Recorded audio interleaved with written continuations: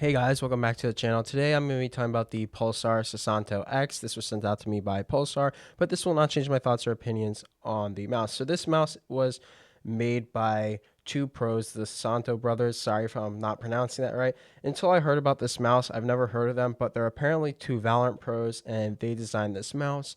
So let's get into it. So first of all, you have the box. You'll have a picture of both pros on the box, and then inside the box, you'll get a pink cable, a pink dongle, and a set of Pulsar skates.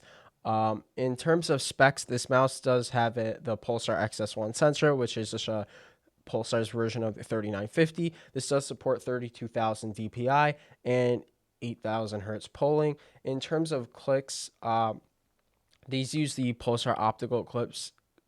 These are my favorite optical implementation. I generally hate optical switches, but these are definitely my favorite opticals. And if I have to use optical, it would be these. I don't really feel any pre-travel or post-travel on the clicks. The side buttons also feel super crisp, and so do the side clicks. This is probably the best click implementation in terms of opticals I had on a Pulsar mouse. Like, it's not going to be as good as a Vaxi mouse, obviously, but this has a good click implementation. Let me just give you a sound test.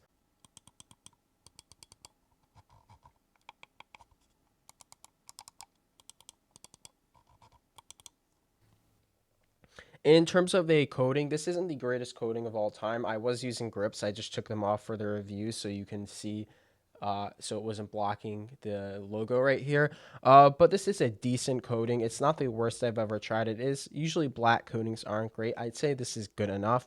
In terms of stock skates, I've been using these stock skates the entire like 2 weeks or so. I had this mouse. As you can see, they're pretty fast. They do have a little stopping power. Obviously, depends on what pad you're using them. They were a little slower on my Heen. On my Aperion glass pad, they felt pretty good. Like, you can definitely main these skates. Aftermarket skates are going to be better, but this mouse doesn't force you to have to go out and buy aftermarket skates if you don't have already. In terms of shape, this is, I would say, a small shape, but not insanely small. As you can see right here, it's smaller than the Crazy Light. I mean, it's bigger than the Crazy Light just by a bit, but the grip width is a tad thinner. The sides are also a little taller. It's pretty much a different shape from the Crazy Light, but it's for a different person. It's more for a relaxed claw for someone with smaller hands than maybe fingertip or a relaxed claw with really small hands. Like this, I have 19 by 9 hands, and I can still relax claw this, but I'm like on the edge. So if you have smaller hands than me, you're probably going to really like this for a relaxed claw. Especially if you like thinner grip with mice. As you can see, it's also smaller than the Vaxisora. So what I would consider this is kind of a like large small mouse.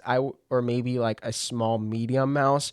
It's kind of like in between small and medium. I think it's a very good shape for people with small hands um, who want to claw grip this. You can fingertip it fine, but it is 50 grams, so it might be a little heavy to fingertip. I did fingertip it a little and it was fine. But if you want a fingertip mouse, I would just go for the Crazy Light. Crazy Light's much better for a fingertip grip because it's just significantly lighter.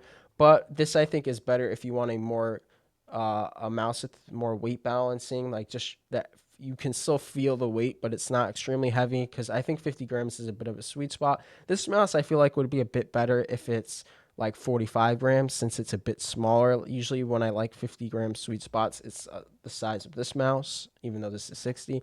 But in terms of overall QC, almost every single Pulsar mouse I've ever bought or received had some sort of QC issue, with the clicks, with side flex, with warp. This is the best QC mouse I've ever touched from Pulsar. Zero QC issues. Uh, Zero issues just in general with this mouse. In terms of web software, it has the same web software as a lot of the newer Pulsar mice, like the Crazy Light, like the X2F. I've used it a bunch of times with different mice. It's completely fine. In terms of performance in game, the sensor implementation is great. I had zero issues. I did mostly use um, 1K just because the game I play only supports 1K. In terms of battery life as well and battery life performance, I did not charge this once since I turned it on almost 2 weeks ago.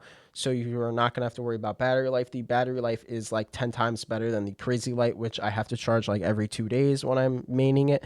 So yeah, if you want a good battery small mouse, this is also great. In terms of pricing, this comes in at $130. Overall, would I recommend it? So if you like this shape, 130 is a bit expensive for Pulsar mice, but because this is the best QC Pulsar mouse I've ever received, it's, I would say, almost as good as Vaxi quality. I would say, yeah, I could recommend it. It has great clicks. It has a great build. The weight could be like 5 grams lighter, but if you switch to dot skates, you'll lose a gram or two. And there's just no issues with it. It's just a good mouse. It's a pretty safe shape, but it's a nice shape. And I think a lot of people like this, and I will definitely recommend it. And leave a link down below. Thank you for watching, and I'll see you in the next one.